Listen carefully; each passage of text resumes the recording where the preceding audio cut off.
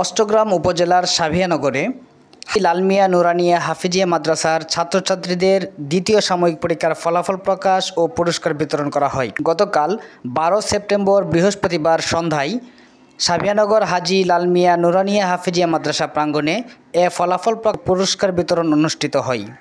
উক্ত মাদ্রাসার প্রতিষ্ঠাতা সভাপতি মাওলানা আবু সাঈদ সতীর্থে উপস্থিত ছিলেন প্রধান অতিথি প্রফেসর মাওলানা মোহাম্মদ সাইফুল্লাহ, অধ্যাপক সরকারি শহীদ আসাদ কলেজ নন্দী, বিশেষ অতিথি বিশিষ্ট সাংবাদিক SM নাদিরুজ্জামান আজমল, মহসিন কবির 1 নং দেওঘর ইউনিয়ন, শেখ বুরহানুদ্দিন প্রতিষ্ঠাতা পরিচালক বেসিক কিন্ডারগার্টেন স্কুল। আরও উপস্থিত ছিলেন মাওলানা ইসলাম, হাফেজ শাহ আলম, হাফেজ মাওলানা শাহাদাত হুসাইন, নায়েবে মুহতামিম অত্র মাদ্রাসা, হাফেজ মাওলানা কারি আলী আহমেদ।